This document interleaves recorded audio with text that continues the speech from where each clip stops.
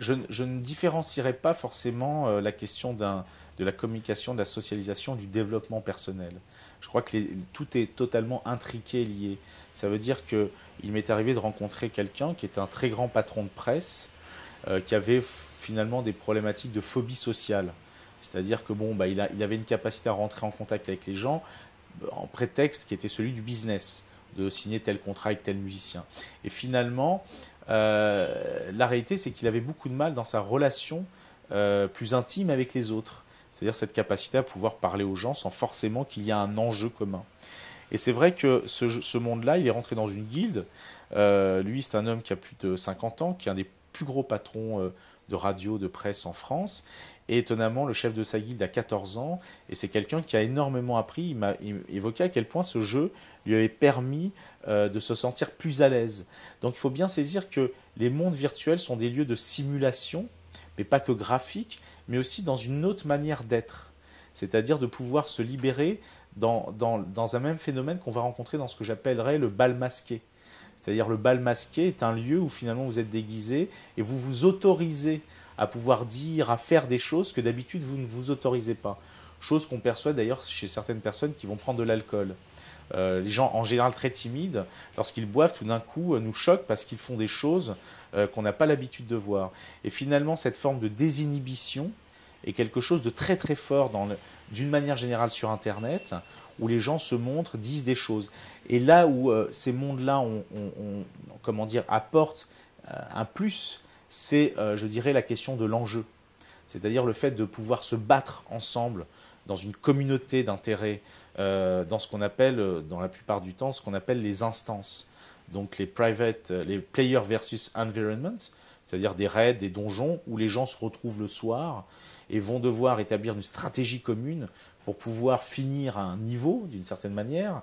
Et à partir de ce moment-là, on peut imaginer qu'à la fin de cette aventure partagée qui va durer à peu près de 8h30 jusqu'à minuit, il y a un vrai sentiment je dirais, de victoire narcissique très forte qui fait qu'on a eu l'impression de vivre une vraie aventure. C'est ce que je pense, c'est-à-dire ce qui vient peut-être suppléer à certaines choses qui nous manquent peut-être dans notre société. Je vais vous donner peut-être un exemple. Je pense que, je ne suis pas le seul à le dire, c'est qu'il n'y a quasiment plus de rituel de passage dans notre société. On peut se demander si un adolescent, par exemple, qui va jouer à ce jeu-là, par la montée en puissance de son avatar, ce qu'on appelle en XP, en expérience, de 0 maintenant à 85, qui va lui permettre de rejoindre une communauté pour intégrer une guilde avec une vraie reconnaissance, ça ressemble étonnamment, c'est une sorte d'ersatz de rituel de passage, d'une certaine manière. On peut se dire aussi que dans notre société où les choses ne sont pas claires, quand on découvre finalement le monde des adultes, on se rend compte que telle personne peut être sympa, mais en même temps peut être le pire des salauds, ce qu'on appelle l'ambivalence qui est propre à la vie. Finalement, dans ce monde-là, les choses sont claires. Hein, vous avez un niveau, vous savez quel est le stuff de l'autre, vous savez s'il est du côté des méchants, la horde, entre guillemets, ou l'alliance, s'il est un elfe, etc. Donc je dirais que c'est un monde où les choses sont beaucoup plus claires que dans la vraie vie. Et je pense qu'aussi, à certains moments, on a besoin peut-être d'un environnement où les choses sont plus simples. Hein. Mais il y a comme ça beaucoup d'autres éléments, qui est par exemple de se dire que lorsqu'on rentre dans une guilde, donc ces fameux rassemblements de joueurs, et peut-être d'autant plus dans ce qu'on appelle les guildes d'élite, donc qui sont des regroupements de joueurs où il faut une lettre de motivation, il faut être adoubé, il y a une allégeance à la guilde, puisqu'elle vous oblige normalement à être présent 3 nuits par semaine, hein, tout de même, donc une allégeance, mais avec un système très militaire.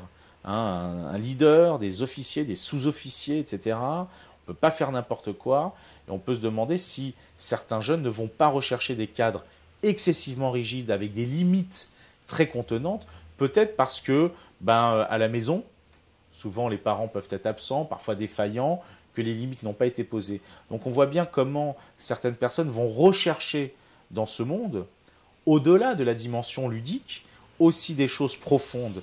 Mais il faut bien saisir, moi en tant que psychologue, c'est que pour nous, le jeu, et d'autant plus quand on travaille en pédopsychiatrie, quand même j'ai travaillé 8 ans en pédopsychiatrie, c'est que le jeu a une fonction essentielle